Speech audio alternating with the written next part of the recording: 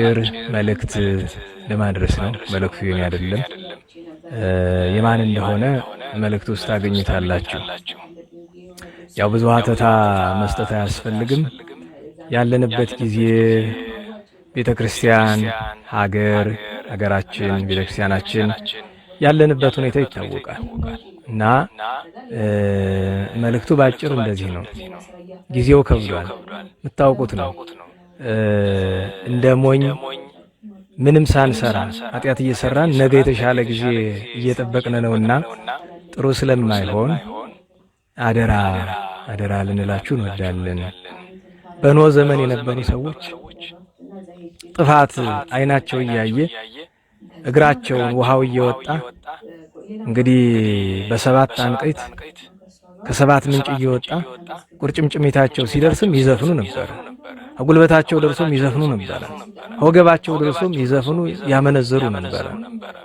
እና በእውነቱ እነሱን እየመሰልን ሰባ ሰዶምን ሰባ ትካትን በኖህ ዘመን የነበሩ ሰዎችን እየመሰልን ነውና አባቶቻችን እናቶቻችን እውነተኞቹ እግዚአብሔር ያደረባቸው በጾም በጸሎት በለቅሶ የሚኖሩት እንደዚህ ይላሉ።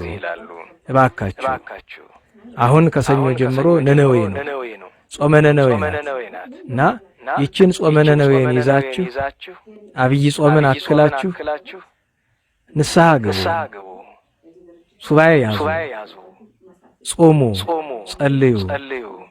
በተለይ ጎንደር አካባቢ ላላችሁ ኦርቶዶክሳውያን በሙሉ ዣንተከል ዋርካ ፊት ለፊት ሰማዕታት አደባባይ ኢየሱስ ቤተክርስቲያን ፊት ለፊት ለብዙ ዘመናት ያልተቋረጠ ምህላ አለ። ጥቂት ሰው ነው የሚያደርስ። ታስታውሱ እንደሆነ ከ4 ወይ ከ5 ዓመት በፊት ጥሩ ተደርጎ ምህላ የከተማው ሰው አንዱ ነው ያደርስ ነበርና ያችን ድገሙ። እንደዚያው ጊዜ አድርጉ ባካችሁ። የጎንደር የአክሱም እና አንዳንድ ትልልቅ ስፍራዎች ምህላ ለሀገር ይተርፋል፣ ለዓለምም ይተርፋል እና ውደቁ፣ ተነሱ፣ በእግዚአብሔር ፊት ባካችሁ እንውደቅ፣ እንነሳ ነው። እዚህ በላይ በጣም በዝርዝር ነገሮችን ሄዶ ለመናገር መሞከር የማይሆን ነገር ነው በእውነቱ። እሱን ማወቅ ይገባል እና እንዳልኩት ዝርዝሩን ለመነጋገር አይመች። መጽሐፍ እንደሚል እስመ ይኮነ ይዜ ጊዜው፣ አሁን ለመነጋገር ጊዜው አይደለም። ግን በአጠቃላዩ ስለ ሀገር፣ ስለ ቤተ ክርስቲያን እየሆነ ስላለ ወደፊትም ስለሚሆነው እባካችሁ ምህላን ያዝ፣ ምህላ ያዙ።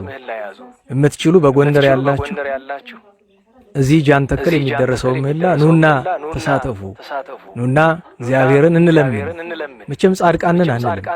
ሁላችንም በድለናል፣ እኩል አጥፍተናል፣ እኩል በድለናል። ተባብረን መጽሐፍ እንደሚል በበደል እኩል ሆነናል እና ስለዚህ እናቶችም አባቶችም እህቶችም ወንድሞችም ሁላችንም መሄድ ምንችል ከምህላው እንሂድ፣ እማንችል ከቤታችን እንማለል። የቤት ሱባኤ ጥሩ ነው። እግዚአብሔርን አዎ በድለናል፣ አጥፍተናል፣ በሰባት 70 ጊዜ በድለናል። አዎ አንተ ግን ትዕግስትህ ከተራራ ይገዝፋል፣ ቸርነትህ ከውቅያኖስ ይሰፋል። እባክህ ይቅር በለን፣ እንደ ኃጢአታችን አትፍረድብን እንበለው። ይሄንን ተርታ ቃል ነው ብላችሁ ካሰባችሁት እናንተ ታውቃላችሁ። እንግዲህ እኔ አድርስ የተባልኩትን ስለ ሀገር፣ ስለ ቤተክርስቲያን የሚያለቅሱ ከሰው የማይደርሱ የሚወድቁ የሚነሱ ስለ ሀገር፣ ስለ ቤተክርስቲያን አባቶች እናቶች በል ብለውኛል። መልእክታቸው ደግሞ ከእግዚአብሔር እንደሆነ ያውቃለሁ፣ እረዳለሁ፣ እርግጠኛ ነኝ ከእግዚአብሔር እንደሆነ። እንዳልኳችሁ ዝርዝሩን አንነጋገርም፣ ግን እንኳን እንዲህ ባለው ጊዜ ባዘቦት በመደበኛው ጊዜስ ወደ እግዚአብሔር ቢጮሁት ቢያለቅሱት ቢማለሉት ይጎዳል? ማንን ይጎዳል? ለሀገርም ለወገንም ይጠቅማል፣ ለዓለምም በበጎው ይተርፋል እንጂ ምን ይጎዳልና። ስለዚህ ጎንደርና ዙሪያው ያላችሁ ቢቻላችሁ ወደ ምህላው መጣችሁ 12 ሰዓት ጠዋት ጀምራችሁ ከነነዌ ከጥር 25 ጀምሮ እንዘን እንጸልይ ብለዋል አባቶቻችን። የማይቻላችሁ በቤታችሁ በጧት በማታ እግዚአብሔርን ምህረት ለምኑ፣ ንስሐ ግቡ፣ ንስሐ እንግባ ብለዋል።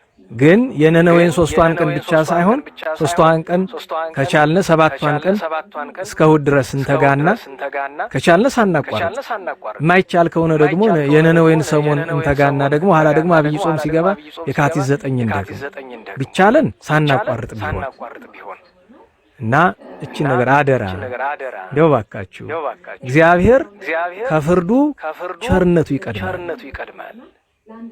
እድገምላችሁ ከፍርዱ ቸርነቱ ይቀድማል። ስለዚህ ቸርነቱን እንለምነው። ግን ቸርነቱን እግዚአብሔር ለማይሻ አይሰጥም። መሻታችን የሚታወቀው ንስሐ ስንገባ እግዚአብሔርን ስናለቅስ በፊቱ ስንለምነው ነው። አልያ ቸርነትን አልፈለግናትም ወደ ፍርድህ ተመለስ ፍርድህን ላክ ማለት ነው የሚሆነው። ስለዚህ እቺን አደራ ሌላውን ነገር እንተው። አቡን አለመስማማቱን ግርግሩን እናቆየው። እስቲ እንዘን እንጸልይ፣ መላን ንግባ።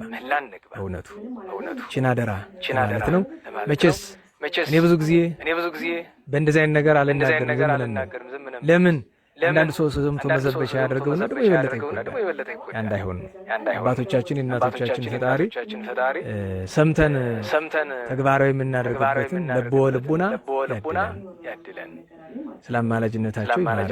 እመቤታችን ረድኤቷ ሁላችን ይጠብቀን። እቺን አደራ ለማለት ነው። ለእግዚአብሔር ለአምላካችን ለአምላክነቱ ለእመቤታችን ወላዲተ አምላክ ስለሆነች ለቅዱሳን ሁሉ ክብር ምስጋና ይሁን።